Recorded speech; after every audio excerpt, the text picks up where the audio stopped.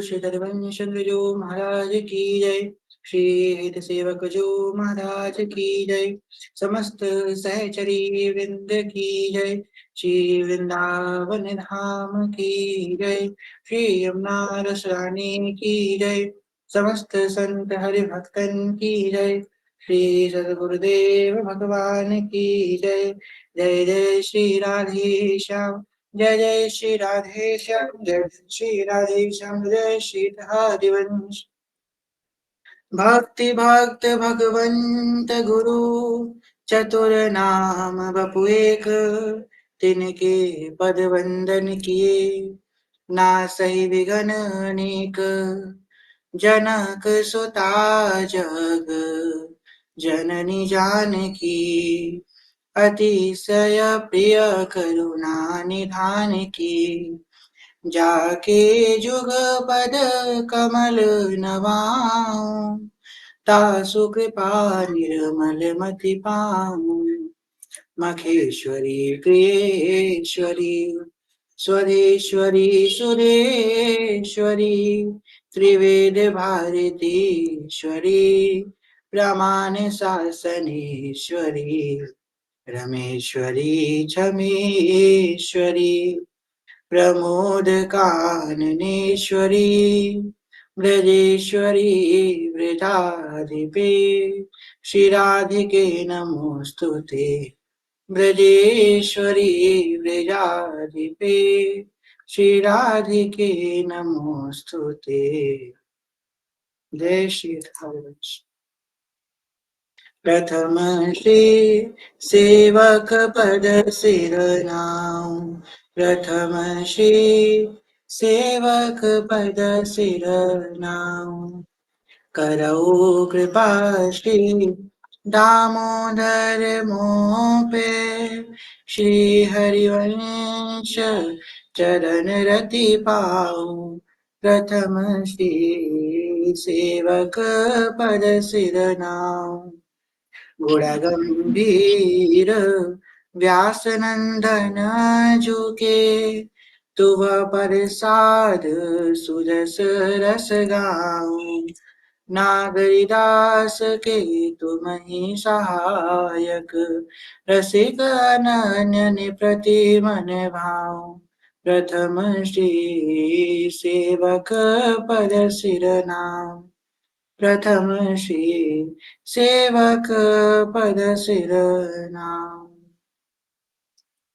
श्री हरिवंश श्री हरिवंश श्री हरिवंश चरण श्री वर्षकाली अकाल कृपा के फलस्वरूप श्री राधा उल्लाल जी का वाक्य फलस्वरूप आप हम सब यहाँ पे एकत्रित हुए श्री वृंदावन धाम की महिमा में के श्रवण में। तो कल की कथा में हम सब ने यहाँ तक सुना था कि वृंदावन धाम की क्या महिमा है और वृंदावन धाम के बारे में क्या प्रिया प्रीतम क्या कहने की चेष्टा करते हैं, क्या उनका भाव है वृंदावन धाम के प्रति।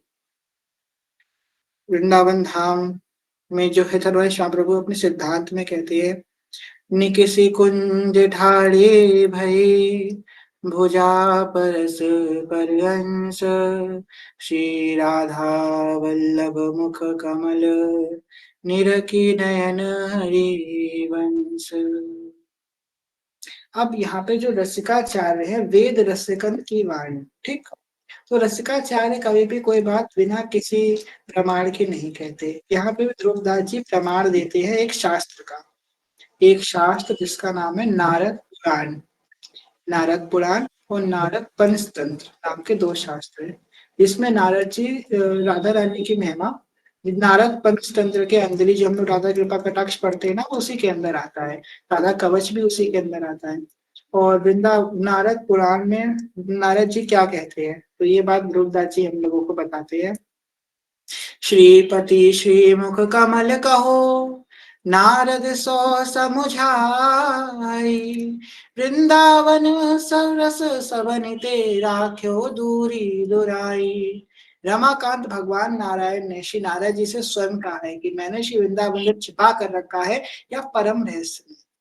ये वृंदावन का रहस्य भगवान नारायण पूर्ण पुरुषोत्तम श्री कृष्ण ने भी नारद जी से कही है, अपने प्रिय भक्त नारद जी हमेशा उनके नाम का उच्चारण करते हैं, नारद जी से कही है कि वृंदावन का जो रस है ना, ये अत्यंत दुर्लभ है, तो उसको छिपा करके मैंने रखा है। ये वृंदावन का रस हर किसी को प्राप्त नहीं है, वृंदावन की उपासना हर किसी को प्राप्त नहीं है।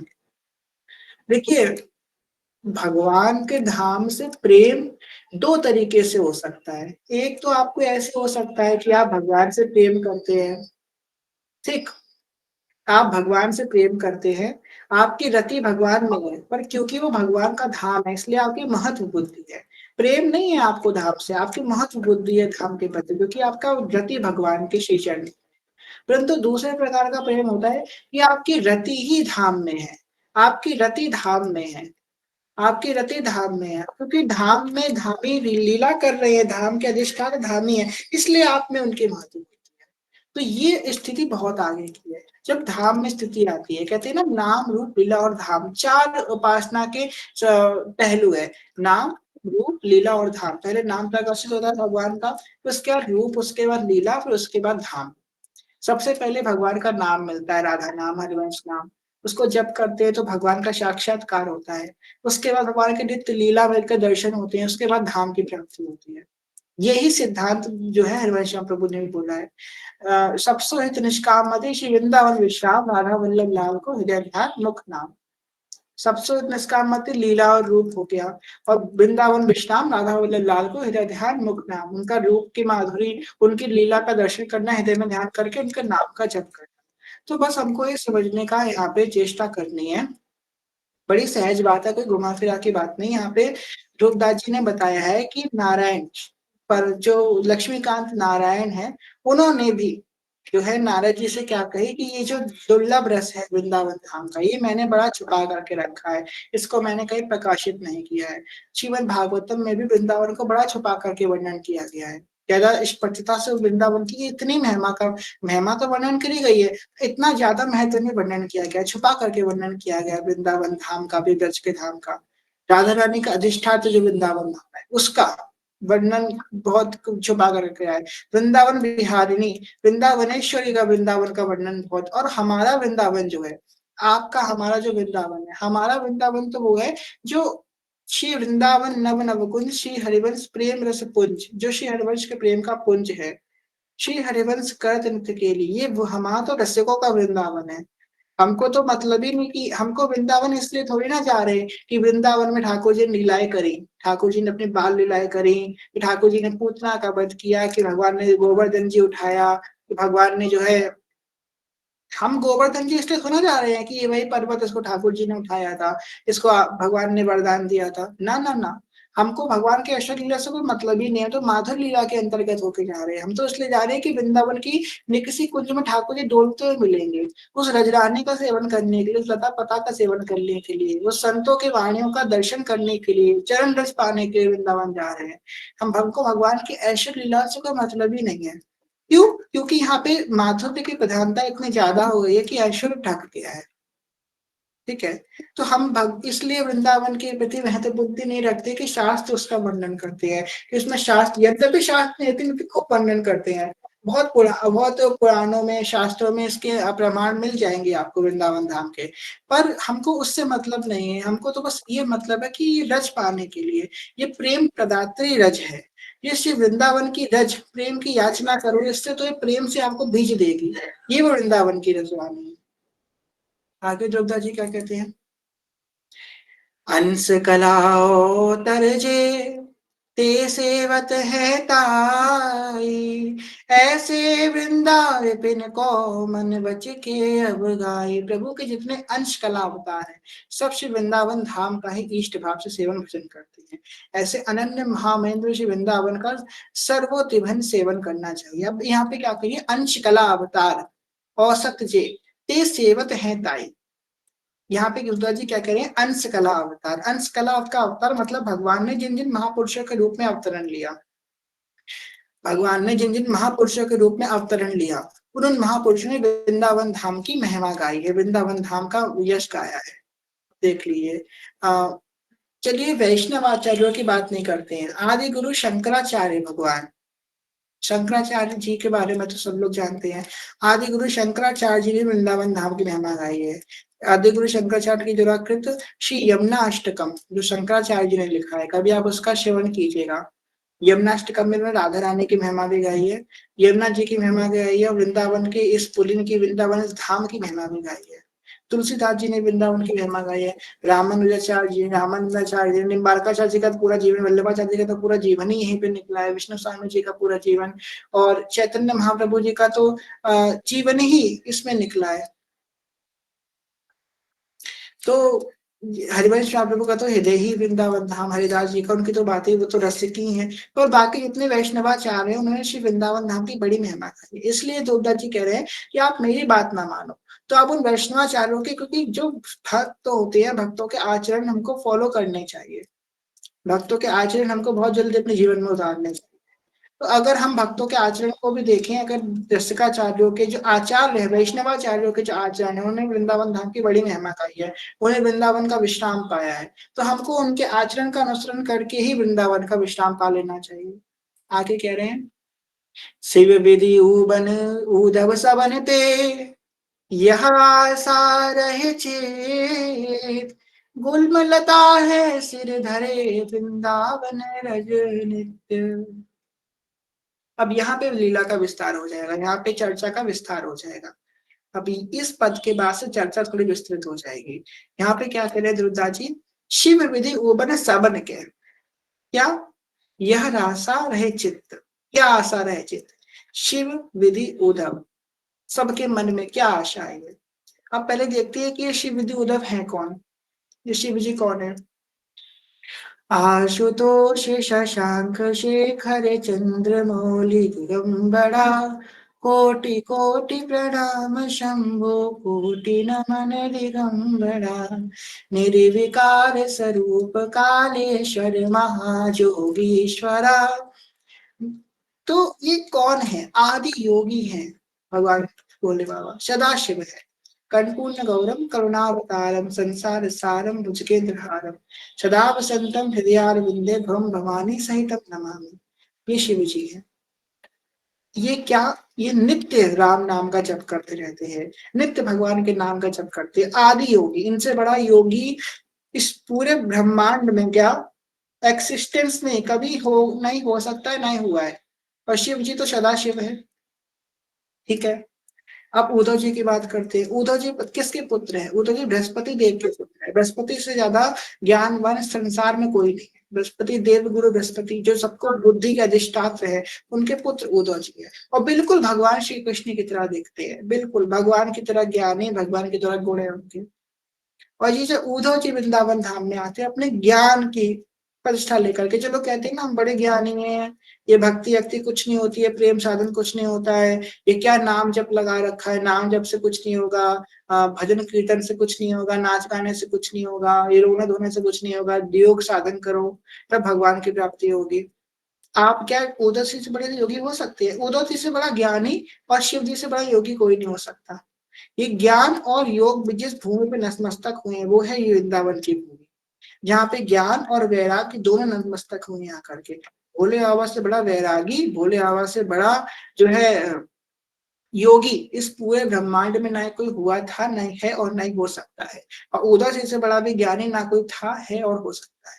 ये ज्ञान और ये योग दोनों नतमस्तक हुए इस भक्ति के आगे, इस प्रेम भक्ति के आगे। उद्धव जी जब आए श्री वृंदावन धाम तो बड़े इस भ्रम में आए थे कि वो गोपांगनाओं के हृदय को जो है सांत्वना दे देंगे, उनको शांत कर देंगे। पर क्या हुआ, जब उन गोपांगनाओं का प्रेम देखा तो उद्धव जी ने सोचा कि मैं श्री कृष्ण के अंग संग भले ही था, पर श्री कृष्ण के तत्व को मैं नहीं समझ पाया। मैं श्री कृष्ण के अंग संग था, मैं श्री कृष्ण के पास था, पर श्री कृष्ण के उस प्रेम को, उस माधुर्य भाव को मैं नहीं समझ पाया। और क्या करते, गोपियों से याचना करते, यद्यपि वो श्री कृष्ण के संग है पर श्री कृष्ण से नहीं मांग रहे हैं। यही हमको समझने का प्रयास करना है।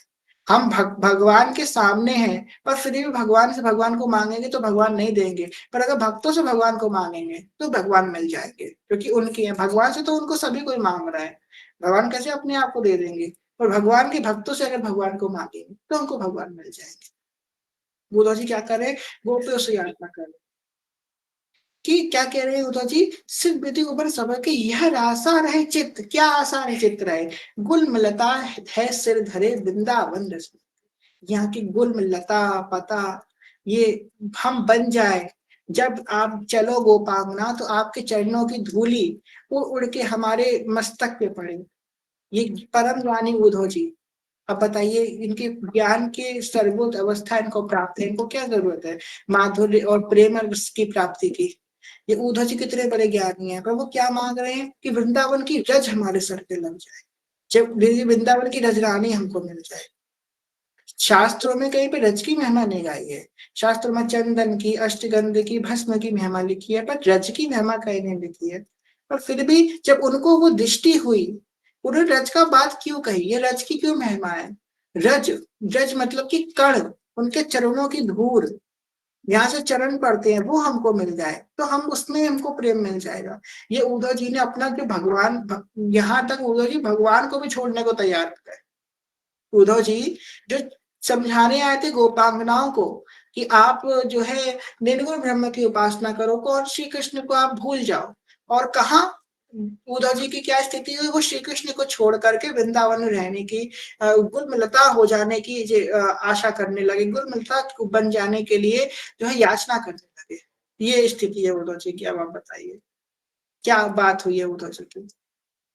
अब उद्धव जी जैसा ज्ञानी कोई नहीं हो सकता।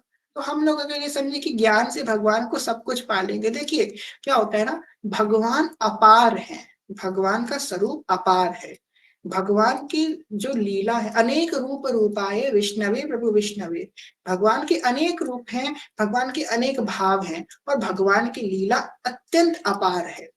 हो सकता है जो हमको प्रकट हो वो ही सब कुछ नहीं है। ऐसा नहीं कि आपको सब कुछ भगवान का प्रकट है आपके सामने, आपके सामने जो भाव प्रकट है वही भगवान, वही उतने ही भगवान है, भगवान तो अपार है।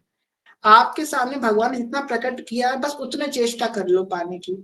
भगवान का रूप लीला धाम सब अपार है, पर हमको जितना प्रकट भगवान ने किया है गुरुदेव के माध्यम से उतना हमको पकड़ना है, हमको और की तरफ नहीं जाना है। तो अगर कोई ज्ञानी कहे कि मुझे तो भगवान की सब कुछ प्राप्त हो गया, तो ऐसा नहीं है। हो सकता है आपको जितना भगवान ने प्रकट किया उतना ही आपको प्राप्त है, उसके आगे भी एक मार्ग है जो कि उद्धव जी को मिला। आप कभी जाइए गिरिराज जी की परिक्रमा कीजिए तो उद्धव कुंड आपको मिलेगा, उद्धव कुंड, उद्धव कुंड के दर्शन कीजिएगा। यहाँ पे जो है उद्धव जी ने आए थे गोपांगनाओं को बोलने के लिए कि आप जो है भूल जाइए श्री कृष्ण को। कैसे कोई भूल सकता है, ये तो हृदय की बात है ना, अपने अस्तित्व को कैसे भूल सकता है, अपने प्राण को कैसे भूल सकता है, और याद करने की चेष्टा ही नहीं है। कोई कहेगा आपसे कि तुम थोड़ी देर के लिए श्वास लेना भूल जाओ, हम लेने की चेष्टा ही नहीं कर रहे ना, श्वास तो अपने आप आ रही है। यही स्थिति होती है प्रेमी की, वो प्रेम करता नहीं। अभी आप और हम समय निकाल के प्रेम करने बैठते हैं, अब चलो बहुत काम हो गया थोड़ी देर भगवान से प्रेम कर लेते हैं, हम लोग समय निकाल के भगवान से प्रेम करते हैं। वो जो प्रेमी, जो रसा चखा हुआ साधक होता है, रसिक होता है, जैसे श्वास चलती है ना वैसे उसका प्रेम चलता है। ये स्थिति होती है रसिकों की, वो अपने आप वस्तुता, वो बिना प्रयास के चलता है प्रेम। तो यहाँ हमको समझने का प्रयास करना है। आगे हम लोग समझते हैं शिव जी का तत्व। या शिव तत्व तो बड़ा ही व्याख्या करने वाला तत्व है, इसकी तो क्या ही हम चर्चा करें। शिव जी का तत्व कितना बड़ा है, आदि योगी। भगवान शिव कितनी योग तपस्या करते, कितनी योग साधना करते हैं, कितना योग, और ज्ञानी भी बहुत बड़े हैं, इनसे बड़ा योगी कोई नहीं हो सकता। अष्टांग योग, सांख्य योग, सबके अधिष्ठात्र शिव जी है। सारे योग इनकी एक भ्रिकुटी के इशारे से सब योग साधन प्रकट हो जाए। सब योगियों के आदि योगी, मतलब सबसे पहले योगी। और कहीं कहीं वेदों में ये भी वर्णन आता है, ऋग्वेद में ऐसा वर्णन आता है कि जब परम ब्रह्म परमात्मा ने योग किया, एक पुरुष ने योग किया तो उससे सृष्टि का निर्माण हुआ। खैर उसकी चर्चा हम नहीं करेंगे क्योंकि वेदों की कथा नहीं होती है। तो बस ये समझिए कि योग से ही सबकी साधना हुआ है, अगर योग की दशा देखी जाए। तो ये शिव जी परम योगी हैं। ये जब श्री वृंदावन के प्रेम का आस्वादन करने आते हैं तो इनको भी गोपी बनना पड़ता है। तो आप ये सोचिए ये गोपी का कितना महत्व है। क्यों, क्योंकि वो प्रेम की परिकाष्ठा है, गोपी प्रेम की परिकाष्ठा है, गोपी प्रेम का स्वरूप है, इसलिए गोपी कितनी है। ये शिव जी इतने बड़े योगी हैं, इनको भी गोपी बनना पड़ता है। जो लोग कहते हैं ना अपने आप को कि मैं तो ज्ञानी हूँ, मैं तो योगी हूँ, मैं तो योग मार्ग का हूँ, मैं तो ज्ञान मार्ग का हूँ, योग और ज्ञान मार्ग के लोग भी क्या याचना करें, गुलमलता हो जाए, हम गुलमलता हो जाए, शिव धरे वृंदावन रजनित, नित्य वृंदावन की रच हमारे सब पे पड़े आकर। ये शिव जी याचना करते हैं। आपने कभी कृपा कटाक्ष पढ़ा? शिव जी बार बार क्या कह रहे हैं, कदा करिष्य सी हमा कृपा कटाक्ष भाषणम, कि हे करुणा मैं माँ, आप मुझ पर कब कृपा करोगे? श्री जी से कह रहे हैं कि आप मुझ पर कब कृपा करोगी, आप मुझ पर कब कृपा करोगी? कदा करिष्य सी हमा कृपा कटाक्ष भाषणम, ये बात बार बार शिव जी कह रहे हैं, कृपा कटाक्ष। जब भोले बाबा आए तो पुराणों में वर्णन आता है, यमुना जी में उन्होंने स्नान किया, फिर उनको आपको क्या, आप लोगों को पता है कि निज मंत्र हमारे भोले बाबा के पास भी है। जो निज मंत्र हमको मिला हुआ है हमारे संप्रदाय में, जो निज मंत्र होता है, पहली बात तो जो श्री जी का निज मंत्र होता है वो सब संप्रदाय का सेम होता है। शरणागत मंत्र सबका अलग अलग होता है। अब तीन संप्रदाय है, तीन संप्रदाय है। एक है हरिदास जी का संप्रदाय, एक हरिवंश महाप्रभु का संप्रदाय, और एक अग्र स्वामी जी का संप्रदाय, अग्रदास जी का संप्रदाय, जिसमें सीता मैया की उपासना होती है सहचरी भाव की। इन तीनों संप्रदाय का निज मंत्र सेम है, क्योंकि शिव जी के सहचरी भाव का मंत्र एक ही है। जैसे कई कई होता है राम तारक मंत्र की दीक्षा होती है, तो राम तारक मंत्र आप किसी भी मार्ग से ले, कई कई रामानुज संप्रदाय में भी राम तारक मंत्र मिलता है, रामानंदी में भी मिलता है, विष्णु स्वामी में मिलता है। तो वो राम तारक मंत्र तो सेम ही है इस संप्रदाय में आप लोग। ऐसे ही जो गोपाल मंत्र है वो भी सब संप्रदायों में सेम है, राधा गायत्री सब संप्रदाय में सेम है, ऐसे निज मंत्र भी सेम है तीनों संप्रदाय का। ठीक है, तो निज मंत्र हमको, निज मंत्र किसने दिया शिव जी को? ललिता सखी ने, ललिता सखी ने निज मंत्र की दीक्षा दी शिव जी को। उसके बाद निज मंत्र के बाद वो राज में प्रवेश करते हैं हमारे निज मंत्र की। और जब तक निज मंत्र नहीं मिला तब तक श्री हरिवंश की जितनी हम, क्योंकि श्री हिताजी महाराज कहते हैं कि श्री हरिवंश नाम ही निज मंत्र है। ये वाणी हिताजी की, हिताजी महाराज की, और जो संतों की वाणी होती है भगवान जो है फॉलो करते हैं। आप हरिवंश नाम का जप कीजिए, यही निज मंत्र समझ के जप कीजिए, हिताजी महाराज कह रहे हैं।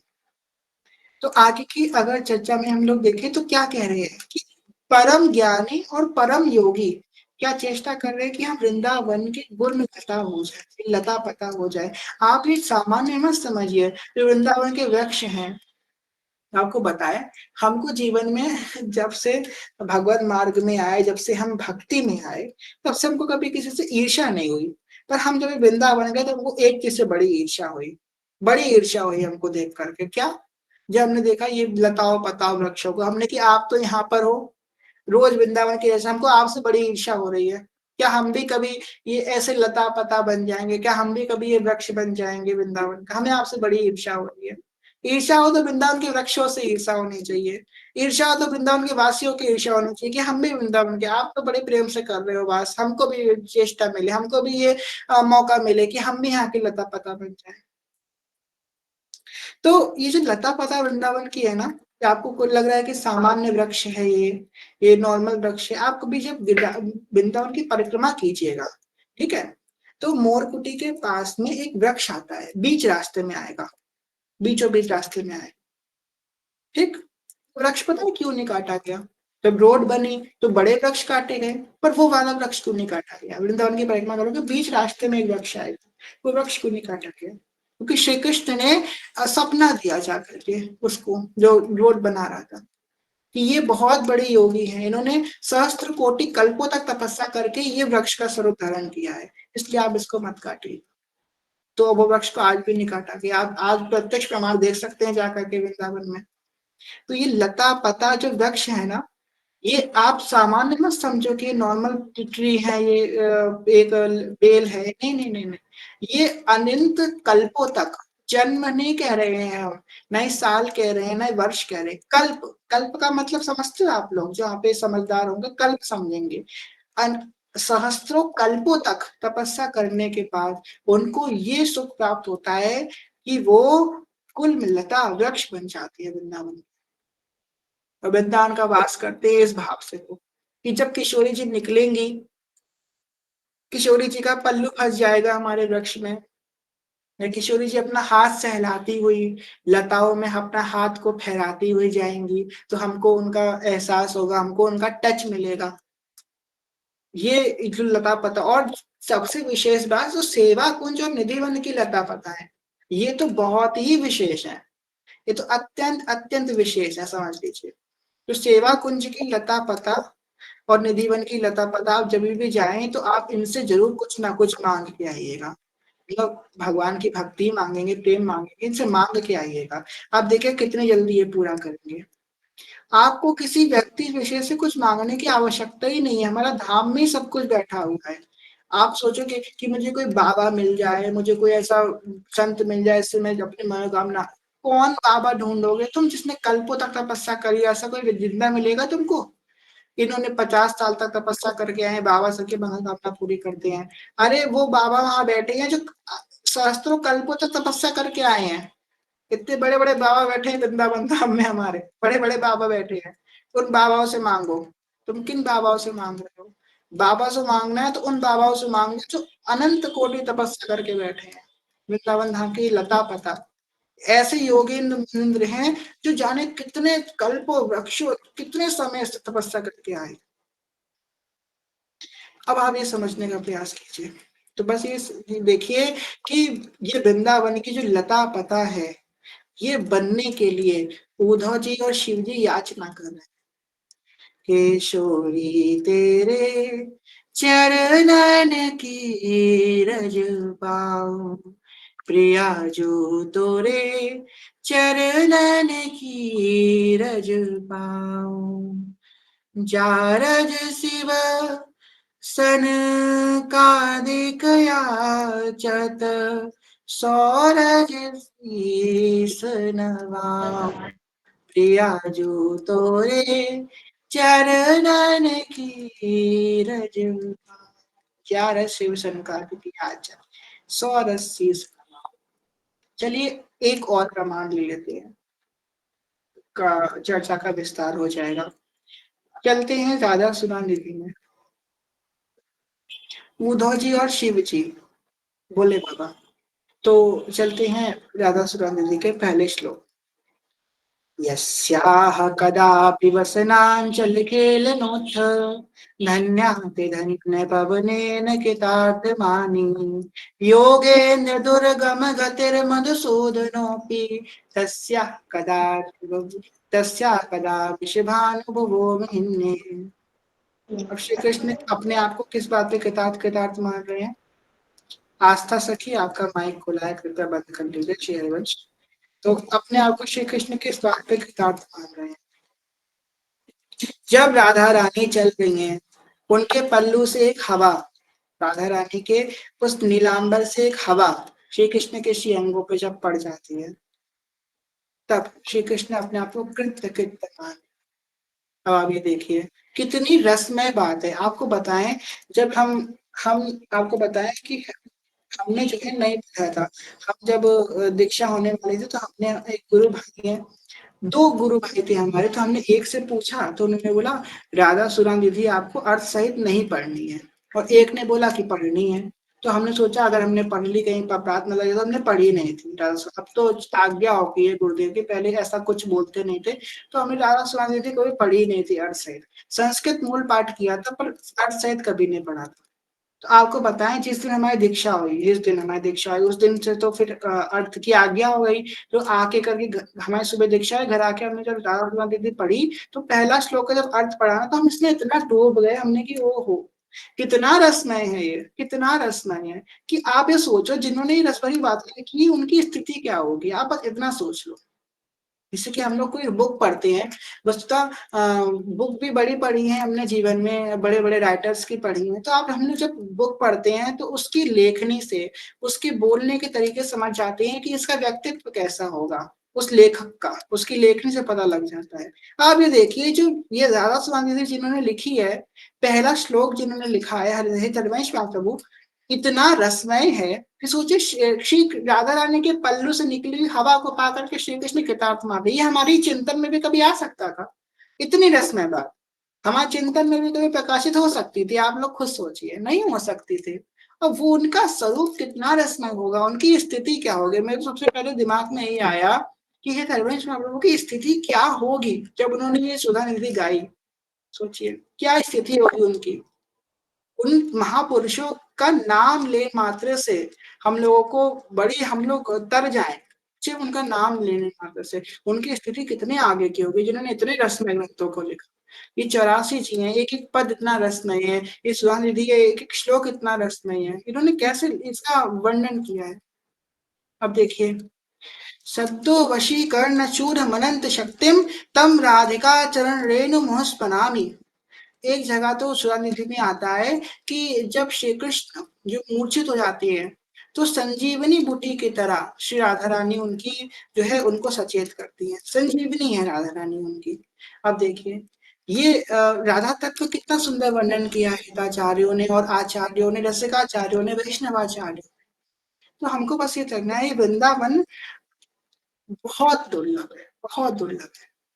वृंदावन साचो धन भैया, श्री वृंदावन साचो धन भैया। ये साचा धन है वृंदावन, और बड़ा दुर्लभ है। ये वृंदावन धाम सुलभ नहीं है। आप लोग सोचे कि बड़ा आसान है वृंदावन जाना, ट्रेन की टिकट बुक करो वृंदावन पहुंच जाओ, तो तुम दुनिया में घूम आओगे पर वृंदावन नहीं जा पाओगे, नहीं जा पाओगे। कौन जा पाता है वृंदावन? जिसके शीश जिसको याद करती है। और वृंदावन जाने के बाद वृंदावन को चख कौन पाता है? वृंदावन तो कई लोग जाते हैं पर वो कुछ और चख के आते हैं, वो लस्सी चख के आते हैं, वो पेड़े चाट चख करके आते हैं, वो रील से बना करके आते हैं। तो वृंदावन को चख कौन पाता है? वृंदावन कहाँ पे चखा जाता है पता है? वृंदावन चखा जाता है गुरु गुरु चरणों में बैठ करके, गुरु चरणों को दबा करके, गुरुदेव के पास, आचार्यों के पास रसिकों का संग करके, तब वृंदावन चखा जाता है। जब आप रसिकाचार्यों के पास, गुरुजनों के पास बैठो जा करके, उनके चरणों को दबाओ, उनसे प्रश्न करो, वो आपको चर्चा दें, अपने हाथ से प्रसाद दें, आप उनकी सेवा करो, तब वृंदावन चखा जाता है। और वो चखता कौन है? जिसको हित जो याद करते हैं। वृंदावन जाना और वृंदावन को चखना बहुत मुश्किल है, क्योंकि चखा वही चख सकता है जिसको अधिकार होगा। हम हर किसी को नहीं चखा सकते वो रस, जो अधिकारी होगा उसे चखाया जा सकता है। तो हरिवंश महाप्रभु जो है, जिसको याद करते हैं, जिसको प्रेम करते हैं, वही वृंदावन के रस को चख सकता है भाई। ये रस बड़ा दुर्लभ है श्री वृंदावन का। तो अब ये समझने का प्रयास कीजिए कि ना ही हमारे योग से हमको वृंदावन मिलेगा। वृंदावन मिलेगा इन द सेंस क्या? ये प्रेम, ये प्रेमा भक्ति, ये सर्वोच्च परिकाष्ठ भक्ति, और भक्ति की चरम सीमा, यहाँ पे सब बंधन टूट जाते हैं। बंधन से प्रारंभ होके बंधन टूटने तक का सफर को प्रेम भक्ति कहते हैं। इसका विस्तार हम नहीं करेंगे। अब आप समझदार हैं, कुछ कुछ समझिए। बंधन से प्रारंभ होती है ये भक्ति, आप पता है प्रेम भक्ति बंधन से प्रारंभ होती है। बंधन बहुत होंगे, ये नियम का बंधन, वो नियम का बंधन, इसका बंधन, उसका बंधन। प्रेमा भक्ति बंधन से प्रारंभ होती है और खत्म होती है जहां पे सब बंधन टूट जाते हैं। ये बंधन से प्रारंभ होकर के बंधन मुक्ति की तरफ जाती है, क्योंकि प्रेम में कोई बंधन। बाईसा कह रही है, रंग में तेरे रंग गए गिरधर, छूट गया जग सारा, बन गए तेरे प्रेम की जोगन, लेकर मन एक तारा, यहाँ साचा तेरो नाम रे, बनवारी रे, जीने का सहारा तेरा नाम है, मुझे दुनिया वालों से क्या काम रे। क्या काम दुनिया वालों से? राधा रानी के चरण प्यारे प्यारे, मुझे और जगत से क्या लेना, क्या लेना, श्यामा प्यारी के चरण प्यारे प्यारे, मेरी श्यामा के चरण प्यारे प्यारे। तो जहाँ पे सब बंधन टूट जाए, वो प्रेम की परिकाष्ठ अवस्था प्राप्त कौन करता है? जिस पे रस को कृपा होती है। तो वृंदावन जाना तो है ही दुर्लभ, तो वृंदावन को चखना अत्यंत दुर्लभ है। तुम चख आए, तुम्हें स्वाद लग गया, और स्वाद के बाद आएगा विरह। अब आएगा विरह। कहते हैं ना, जब स्वाद ही नहीं लिया तो कहाँ से विरह आएगा आपको? विरह का मतलब क्या? तड़प। अब तुमने जब कोई चीज खाई नहीं है तो उसकी तड़प तुमको कहाँ से आएगी? तुम सुन के कहाँ से कितना तड़प लोगे? तुमने सुन लिया यहाँ से ये ऐसा होता है, पढ़ लिया ऐसा होता है, पर तुम जब तक उसको चखोगे नहीं, तब तक मुझे तड़प तो होगी सुन सुन के कि क्या मुझे कभी ये मिल पाएगा। कभी पढ़ोगे उसके बारे में, क्या मुझे कभी ये प्राप्त होगा। पर उसकी असली तड़प तब प्राप्त होगी आपको जब आप उसे हल्का सा चख लोगे। अब जब चख लिया तो फिर वो विरह, असली का विरह प्रारंभ होगा। वो मूल का जो विशेष विरह है तब प्रारंभ होगा जब आप उसे थोड़ा सा रस को चख लोगे। वो रस कहाँ पे चखा जाएगा? रसिकों की छत्र छाया में, रसिकों की छत्र छाया में, हिताचार्यों की छत्र छाया में। कभी जाएं तो कोशिश करें कि आप किसी वैष्णव की सेवा अवश्य करें। कोई रसिक हो, कोई वैष्णव हो, उसकी सेवा करें, प्रयास करें। हम नहीं करें कि धन से सेवा करें, आप धन उनको दे दें, उनके लिए वस्त्र, ऐसी सेवा नहीं कह रहे हैं, जो आपसे बन पड़े। अरे वो बैठे हैं, उनके बर्तन मांज दो आप, उनके उन कुटिया है किस संत की, उस कुटिया में जाकर के झाड़ू लगा दो, झाड़ू पोछा कर दो, सफाई कर दो उनकी कुटिया में। बहुत ढूंढ ढूंढ के, ऐसे कि क्या होता है ना, चोर होता है, वो ढूंढता है कि मुझे कोई मूल्यवान वस्तु मिल जाए। ऐसे जो साधक होता है ना, वो संतों की सेवा ढूंढता है। संतों आएंगे नहीं तुमसे कहने के लिए कि भाई बेटा ने एक सेवा कर दो। संत कभी सामने से नहीं कहेगा, तुम्हें ढूंढनी पड़ेगी सेवा। जैसे चोर ढूंढता है ना मूल्यवान वस्तु को, ऐसे ही आपको ढूंढना पड़ेगा संत की सेवा को। तो संत की सेवा को ढूंढो जाकर के वृंदावन में, कहाँ मुझे संतों की सेवा मिल सकती है। कोई संत श्री जी ठाकुर जी के लिए सेवा कर रहे हो अपनी, उनके लिए फूल माला ले आओ, जाकर के उनको थोड़े फूल ले आओ कि लो बाबा अपने ठाकुर जी को चढ़ा देना। और ये कभी मत भाव रखना कि हम मैं इनकी सेवा करूंगा तो मुझे पुण्य मिल जाएगा। जहां आपने पुण्य की भावना करी, कहते हैं ना, आपको मिलना तो बहुत कुछ था, पर आपने उसको बहुत छोटे में तोड़ दिया। आपकी बुद्धि जितनी थी ना, जितनी क्षमता थी बुद्धि में, आपने उतना मोल उसका लगा दिया। उसका मोल तो बहुत ज्यादा लगने वाला था। पुण्य मत समझना उसको, उसको करके भूल जाना। फिर तुम देखो तो प्रेम की स्थिति क्या होगी। तो सेवा करने का प्रयास करें कि हम किसी रसिक की, किसी वैष्णव की सेवा कर ले वृंदावन। जैसा योग जैसे हम सेवा बन पड़े, उनके लिए पानी भर ले आए, जा करके कुछ भी कर ले उनकी सेवा। तो ऐसा प्रयास अब अवश्य करना है बचा। तो ये जो वृंदावन है, ये अत्यंत दुर्लभ है, मिल रहा है हम लोगों को तो कोई वैष्णव की कृपा है। और वृंदावन का परिचय आपको मिला है तो किसी ब्रजवासी की कृपा से ही ये वृंदावन से अपनापन हो सकता है। वृंदावन से अपनापन व्यक्ति को तभी होता है जब किसी ब्रजवासी की कृपा होती है, वरना ब्रजवासी की कृपा के बिना वृंदावन नहीं मिल सकता। जिनको वृंदा विपिन है, ये ध्रुवदास जी ने कही है आगे, जिनको वृंदा विपिन है, कृपाति नहीं की होए, वृंदावन में तबई तो रहन पाए सोए। ये वृंदावन किसका है? वृंदावन प्रिया प्रीतम का है, हित झुका है, और वृंदावन वासियों का है। जब तक कोई ब्रजवासी आपसे कहे आप वृंदावन के लाख तड़प लोगे, हम आपको लिख के दे सकते हैं, वो असली दर्पण आ ही नहीं सकती। असली तड़पन आ ही नहीं सकती जब तक कोई ब्रजवासी आपको वृंदावन की चर्चा नहीं। आप बहुत तड़प रहे वृंदावन के लिए, एक कोई ब्रजवासी आकर के आपके कान में, आपकी श्रवण इंद्री में उसने वृंदावन की महिमा भली 1 मिनट बोल दी कि वृंदावन की इतनी महिमा है। भली आपको उससे 10 गुना ज्यादा महिमा पता थी, आपको बहुत पता थी महिमा, बड़े शास्त्र के ज्ञाता थे, आपको बड़ी महिमा पता थी वृंदावन धाम की। पर जब किसी ब्रजवासी ने आपसे वो महिमा बोल दी आपके कान में आकर, उसके बाद फिर वो विनय ऐसा बढ़ेगा कि वो विनय आपको वृंदावन पहुंचा करेगी शांत। वृंदावन में पहुंचा कर ही रहेगा। विरह इतना बढ़ जाता है ना, आपको क्या बताएं। प्रेम में पिया प्रीतम आए ना आए, प्रेम में तो क्या होता है ना, प्रेम में तो एक स्थिति होती है कि चलो तुम प्यारे हो, तुम आओ ना आओ कोई बात नहीं, पर विरह की स्थिति ऐसी होती है आप एकदम व्याकुल हो जाते हैं।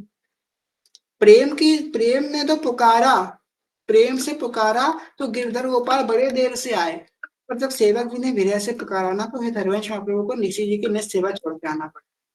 ये विरह की शक्ति है। हम ये नहीं कह रहे कि प्रेम छोटा है विरह बड़ा है, तो विरह की शक्ति इतनी विशेष है कि हरिवंश महाप्रभु को अपनी निज सेवा छोड़ करके, सहचरी स्वरूप छोड़ करके, समझ रहे हैं आप, सहचरी स्वरूप छोड़ करके आचार स्वरूप प्रकट होना पड़ गया सिर्फ सेवक जी के विरह से।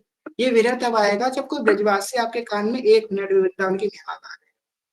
आप लोग तो रोज वृंदावन की महिमा सुन रहे हो, एक एक घंटा 1.5 घंटा सुन रहे हो, कितनी कृपा है। खैर हम ब्रजवासी तो नहीं है, हम ब्रजवासी कहने लायक अपने आप को नहीं है, पर फिर भी हम जैसे भी हैं श्री जी ने हमको ब्रजवासी बना करके रखा है।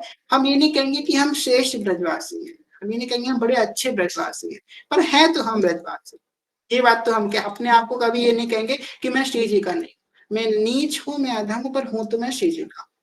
मैं ब्रजवासी तो हूँ, भले मैं श्रेष्ठ ब्रजवासी नहीं हूँ, पर हूँ तो मैं ब्रजवासी, क्योंकि मेरे गुरुदेव वृंदावन के हैं, तो मैं तो ब्रजवासी। हम हैं तो श्री जी के, भले हम बुरे हैं अच्छे हैं, पर हम ये कभी नहीं कहेंगे कि मैं श्री जी के मैं श्री जी के लायक नहीं हूँ, बिल्कुल सत्य है, पर मैं श्री जी का हूँ, फिर भी श्री जी का हूँ।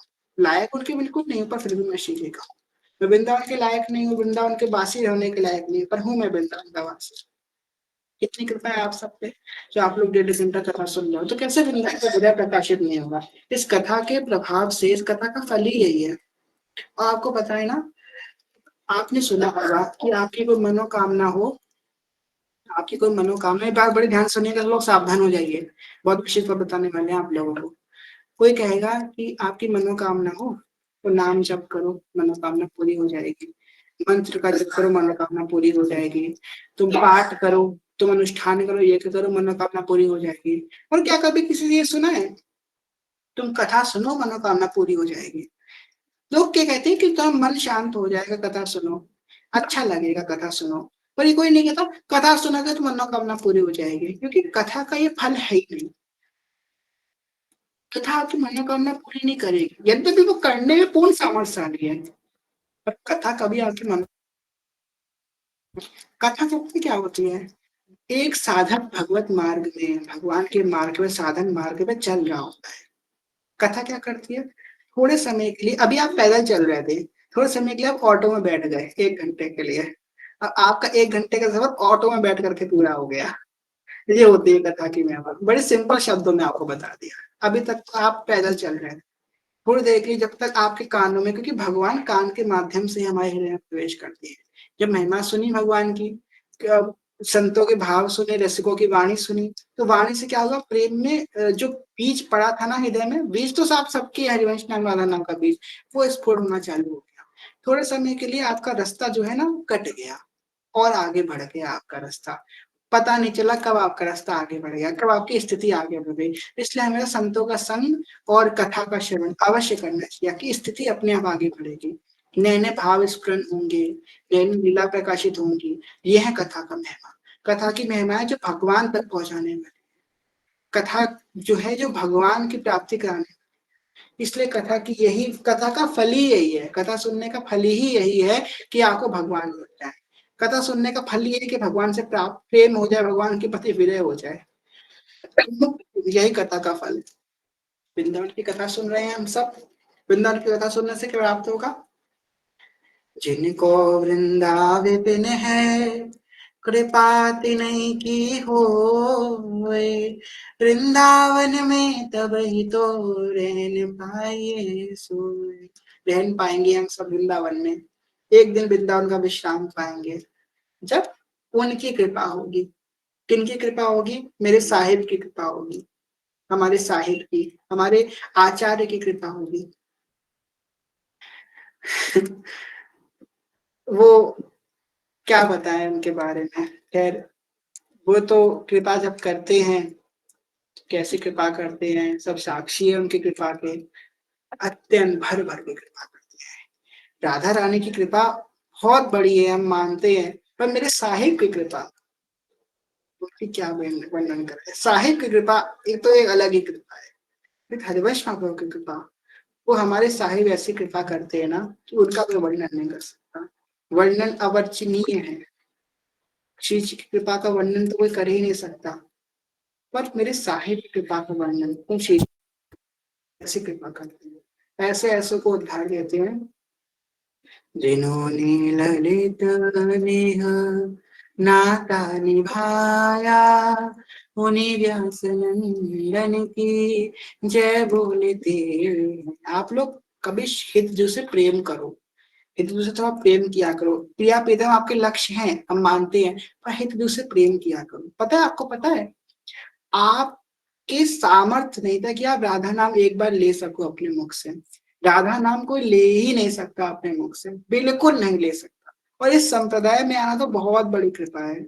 आपको पता है ना, अगर आपने राधा में से प्रेम किया होता, आपको पता है ना, ये बात सब समझना, अगर आपने सिर्फ श्री जी से प्रेम किया होता तो आप कहीं भी जा सकते थे, क्योंकि हर संप्रदाय श्री जी तक ले जाने वाला है। निम्बार्क संप्रदाय में चले जा सकते थे, गौड़े संप्रदाय में आप जा सकते थे, हरिदासी में जा सकते थे, ललित संप्रदाय में किसी भी संप्रदाय में जा सकते थे आप। श्री जी प्रिया प्रीतम को हर संप्रदाय में मिलते आपको। सहचरी भाव भी मिल जाता आपको, निम्बार्क संप्रदाय में मिलता, और संप्रदाय में मिल जाता, आपको सहचरी भाव मिल जाता। पर आप इसी संप्रदाय में पता है क्यों आए हो?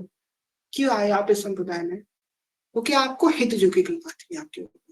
सिर्फ हरिवंश महापुर की कृपा थी, उनकी विशेष कृपा थी। उन्होंने आपको पहले दिन से चुन लिया था। आप सोच रहे हो कि मैं इस मार्ग पे चला, मैं इधर आगे बढ़ा, मैंने पाठ किया, फिर मैंने नाम जप किया, तब मुझे मिली है, मुझे श्री जी मिली है। नहीं, वो नहीं मिली है। वो ऑन द फर्स्ट डे से आप उनकी नजरों में चढ़े हुए थे। साहिब ने आपको पहले दिन से देख लिया था। वो हमारे हित हरिवंश महाप्रभु ने आपको पहले से अपनी नजरों में चढ़ा लिया था। तभी आप इस मार्ग में बढ़ रहे हो प्यारे, वरना आपकी सामर्थ्य नहीं थी इस हित मार्ग में बढ़ने की। ललिता सखी की उपासना है सिंघनी को चीज। ये बड़ी, ये हमारे हित हरिवंश महाप्रभु ने आपको पहले स्वीकार किया हुआ है। From the very first day आप, उनकी नजर आपके ऊपर थी, तभी आप इस मार्ग में आए हो, वरना आपकी सामर्थ्य नहीं थी इस मार्ग में होने की। इस बात को हमको बहुत मूल पे समझना, सिर्फ उनकी कृपा से। और हमारा परिचय ही यही है। आप जब निकुंज में जाओगे तो आप श्री जी की सहचरी तो बाद में कहलाओगे, पहले कहलाओगे कि हितजू के मार्ग से आए हैं। आप क्या लगाते हो अपने पीछे? हम कहते हैं हम श्री हित हरिवंश उपासी, मन क्रम वचन त्रिशुद्ध सकल मत, हम श्री हित हरिवंश उपासी। श्री हरिवंश जोड़ी हमारी क्या उपासना है? हम कौन से प्रिया प्रीतम को भजते हैं? जो श्री हरिवंश की जोड़ी है। हम नहीं जानते किसी प्रिया प्रीतम को, जो श्री हरिवंश की जोड़ी है हम बस उसको जानते हैं। जो श्री हरिवंश ने जिनको भजा है उनको हम भजते हैं। हमारे गुरु हरिवंश हैं, हमारे प्राण हरिवंश, हमारे जीवन हरिवंश। इस बात को समझो। ये हरिवंश जो है, ये कैसे, आप खुद सोचो। यहाँ पे बड़ी बड़े लोग यहाँ पे उपस्थित हैं, बहुत सारे लोग जिन्होंने जो है हरिवंश ठाकुर की कृपा से ही आप इस मार्ग में आगे बढ़ सकते हो। उस प्रारंभ में आपको राधा नाम खूब जपना है, पर जब बहुत परिपक्व हो जाओगे आगे चल के, तब आप पे विशेष जो की विशेष कृपा होगी, और आप इस मार्ग में बढ़ ही नहीं सकते प्यारे, नहीं बढ़ सकते। तो ये हरिवंश ठाकुर की कृपा के बिना तुम नहीं बढ़ सकते। वो तुमको पकड़े हुए हैं, उनकी नजर आपके ऊपर है। अब उन्होंने पकड़ लिया है, तुम कहीं जा ही नहीं पाओगे। ऐसे हमको पकड़ लिया था। आपको बताते ना, हमारी दीक्षा 2 जगह से होने वाली थी। मतलब एक दिन पहले हमारी दीक्षा हो जाती, सिर्फ एक दिन पहले इमरजेंसी आ गई, हम घर आ गए, वरना आज हम दीक्षित हो जाते गौतम संप्रदाय से। बस एक दिन का फासला था। अब सोचिए आप, क्योंकि उन्होंने पकड़ लिया तो उनको इधर ही इसी मार्ग में लेना था। तो साहिब मेहरबान है हमारे, तो कौन हमको हम कहाँ जा सकते हैं? वो हम पे मेहरबान है, हम पे कृपा, हमारी कोई चेष्टा नहीं है ऐसी, फिर भी वो मेहरबान है। पता नहीं कौन से गुट पे रीच गए। अनेकों अनेकों लोग थे, कहते हैं ना, रैंडम रैंडमली कृपा हो जाती है, बिना किसी कारण के, अकारण कृपा। स्पॉट हम लाखों लोगों की भीड़ में हम ही उनकी नजरों में चढ़ गए। कहते ना, बाय चांस, बाय डिफॉल्ट हम पे कृपा हुई है, और हम सब पे बाय डिफॉल्ट कृपा हुई है। ये धर्मेश में आप लोग, वो तो सब पे कृपा कर सकते थे ना, पर हम लोग बाय डिफॉल्ट कृपा के। बड़े आप लोग कहते हो ना कि मेरा भाग्य बहुत खराब है। अरे तुम्हारा भाग्य बहुत अच्छा है, बहुत अच्छा है, बड़े कृपा में, बहुत तुम्हें बहुत कृपा श्री जी की, बड़े भाग हैं तुम्हारे। सांसारिक वस्तु मिलने में तुमको हितजू तो मिल गए, हितजू की शरण में आ गए हो, हरिवंश महाप्रभु की नजरों में तुम चढ़ गए हो। तुम और तुम्हारा भाग्य कितना भी फूटा क्यों ना हो, इस जगह तुम्हारा भाग्य बहुत जोरों से चमका है, बड़ा जोर से चमका है तुम्हारा भाग्य, कि बाय डिफॉल्ट तुम ही उनकी नजरों में आए हो। तुम्हारा बगल वाला आ सकता था, तुम्हारे आगे और तुम्हारे पीछे वाला आ सकता था, पर तुम ही क्यों आए उनकी नजरों में, अब ये सोच लो, है ना। तो बाय डिफॉल्ट हम आ गए, इस पे हम पे बड़ी कृपा है। तो उस कृपा को समझे, और कृपा उन्होंने करी है तो पार भी वही लगाएंगे। आपने हाथ पकड़ा है तो पार भी आप ही लगाएंगे, बस हम उनके सहारे हैं। मन क्रम वचन से शुद्ध सकल मत, हम श्रीहित हरिवंश उपास। ये हरिवंश ठसक में हमको जो है रहना है। बस इस सब हाय हाय प्यारे हित अमरीश जी एक बात कहते हैं, लाखों सवाल और उसके करोड़ों जवाब, और आंसर सिर्फ श्रीहित हरिवंश। लाखों सवाल करोगे उसके करोड़ों जवाब होंगे, हजारों सवाल होंगे, लाखों जवाब होंगे, पर आंसर सबका क्या है, श्री हरिवंश, श्री हरिवंश, श्री हरिवंश। राधा वल्लभ जी तभी मिलेंगे जब तुम श्री हरिवंश महाप्रभु के शरण में जाओगे, प्रिया प्रीतम तभी मिलेंगे जब श्री हरिवंश महाप्रभु के शरण में जाओगे। इसलिए उनको मत भूलो, उनके चरणों को मत भूलो, वो बहुत करुणामयी है। उनका यश तो आपको हम बताएं, उनके हम पूरे जीवन रोज उनकी कथा करें ना, तब भी हमारे पास कभी कमी नहीं पड़ेगी। आपको बताएं, कभी कभी लगता है ना कि हम क्या बोले कथा में, कभी कभी ऐसा स्थिति आती है, पर जहां श्री हरिवंश महाप्रभु की कहते हैं ना, अरे अरे ये तो मेरी बात हो रही है, मेरी तो छाती की बात है, मैं तो हृदय की बात ये करने लगे, तो बस वहां पे फिर कंटेंट मेरे पास ऐसा नहीं है, हम पूरे जिंदगी भर बोल सकते हैं उस विषय। तो ये हरिवंश महाप्रभु कृपा के ऊपर तो हम जीवन भर बोल सकते हैं। यद्यपि हमको कृपा मिली नहीं है हमको, हम ये कोई ये मत समझना कि हम पे तो बड़ी कृपा है इसलिए हम बोल रहे हैं, हमने बड़े चखा है उनके प्रेम को, कुछ नहीं चखा है। सच बता रहे हैं, कुछ नहीं चखा है उनके प्रेम को, अभी तो प्रेम का पा भी नहीं पाए हैं, आ भी नहीं पाए, कुछ नहीं पाए हैं प्रेम का। बस क्या है ना, समझा है उनके प्रेम को, चखा नहीं है, बस समझा है उनके प्रेम को, कि वो क्या कुछ कर सकते हैं, उनका सामर्थ्य क्या है, और वो कैसे पकड़ते हैं, उनके स्वभाव को जाना। जिस दिन प्रेम चख लेंगे ना, तो ये हरिवंश जोड़ी मेरे हृदय में, यत्र यत्र राधा निकुंज मंडली तत्र तत्र हृदय में विराजिताम, राधा निकुंज मंडली में हृदय में विराजमान हो जाएगी, जो अभी नहीं है पर होगी एक दिन।